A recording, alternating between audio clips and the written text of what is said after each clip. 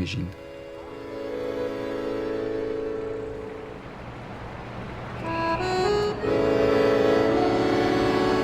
Mes parents ont vécu ce long parcours. Ils ont attendu 5 ans avant d'obtenir le permis B, puis 5 ans encore pour recevoir le permis C. Les saisonniers, c'était souvent des gens qui travaillaient dans la construction. Et tandis que ceux qui avaient un permis à l'année, c'était la plupart des gens qui travaillaient dans les entreprises, des machines, entreprises textiles, entreprises comme ça.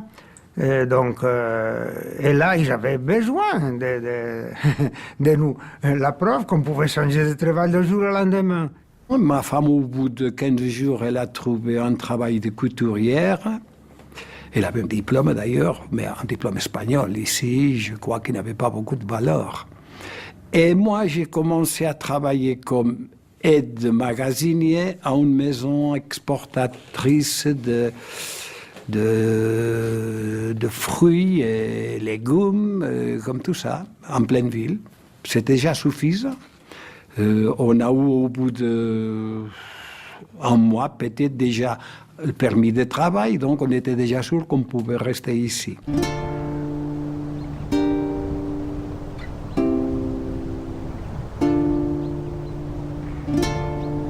Là, j'ai trouvé du travail soulevé. Alors, c'était un travail, pour moi, pénible, mais très intéressant, parce que j'ai découvert une usine, une ambiance totalement différente que je ne connaissais pas. Alors, comme le but était de gagner déjà pour s'installer et tout, je faisais de 7h à midi, de 1h à 5h, de 6h à 10h.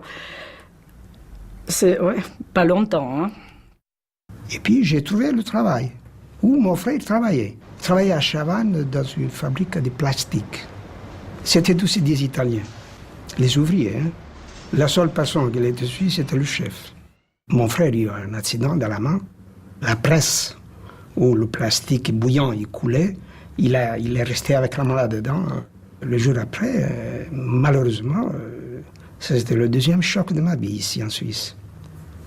Il est venu avec un sourire sournois en disant, rigolant, « Ah, votre frère, il voulait avoir l'AI ici. »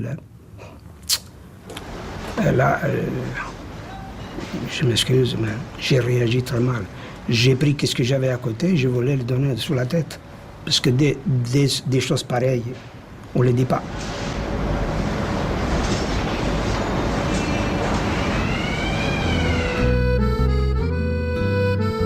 J'ai épousé un Italien du Sud, un Calabrais. Je l'ai rencontré chez nous à la maison parce qu'on avait une vieille ferme et puis on louait des chambres pour des saisonniers, pour une vie un peu plus agréable. Et puis ma mère me disait, écoute, alors il ne faudra pas étonner, j'ai quand même loué, j'ai préparé 3 lits pour 3 Italiens, mais tu verras, ils sont très polis, c'est vraiment des garçons formidables. Vers 5h30, c'est l'aîné qui rentre, viens voir. Et puis elle m'a fait venir, on avait ces magnifiques géraniums assez grands. Voilà, maintenant, ça c'est l'aîné qui est arrivé à vélo. C'était justement, il m'a drôlement bien plu. Une fois arrivés en Suisse, il faut trouver à se loger. Les immigrés habitent rarement les maisons qu'ils sont venus construire. Le logement est l'une des principales difficultés. Il faut souvent se rabattre sur des habitations sans confort, à la limite de l'insalubrité, ou louer des chambres chez l'habitant. Je me souviens qu'on allait chercher avec des copains dans les gérances, et puis ils demandaient « Vous venez d'où ?»« Sicile. »« Merci, il n'y a pas, il n'y a rien. » Ça vous disait « Je viens de Milan. » Peut-être là, on commence à discuter.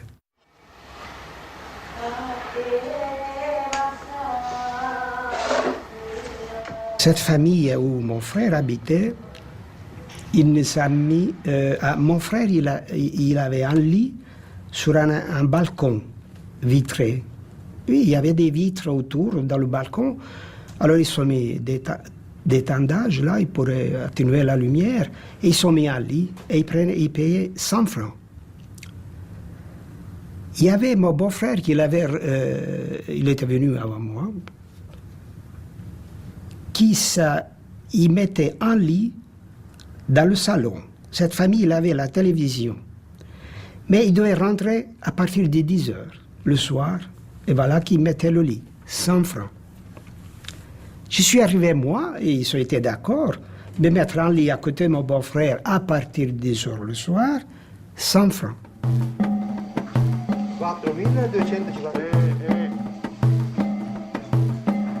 Le cas des saisonniers est particulier. Ils ne peuvent pas contracter de bail. Les entreprises les logent alors dans des baraquements.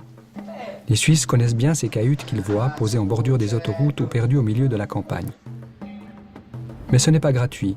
La location et les charges sont lourdes en comparaison des maigres salaires.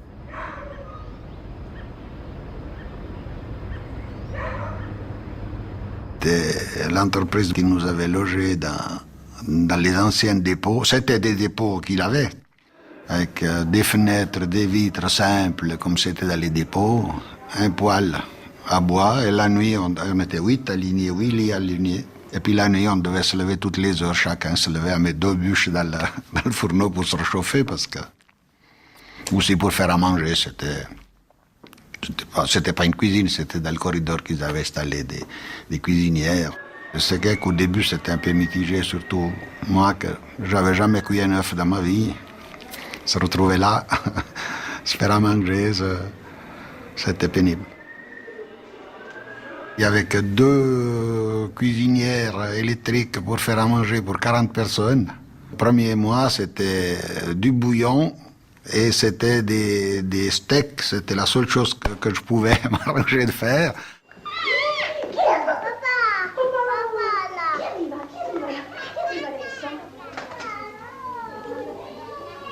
Je sais que ma femme pouvait rentrer parce qu'elle avait du travail. J'avais trouvé du travail.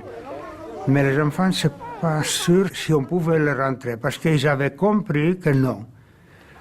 Mais comme j'étais petit, elle est venue avec les enfants et on les a passés.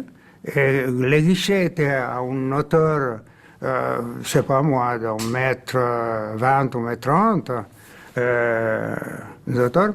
Mais ma femme était petite, elle était juste la tête au guichet. Elle était en 50.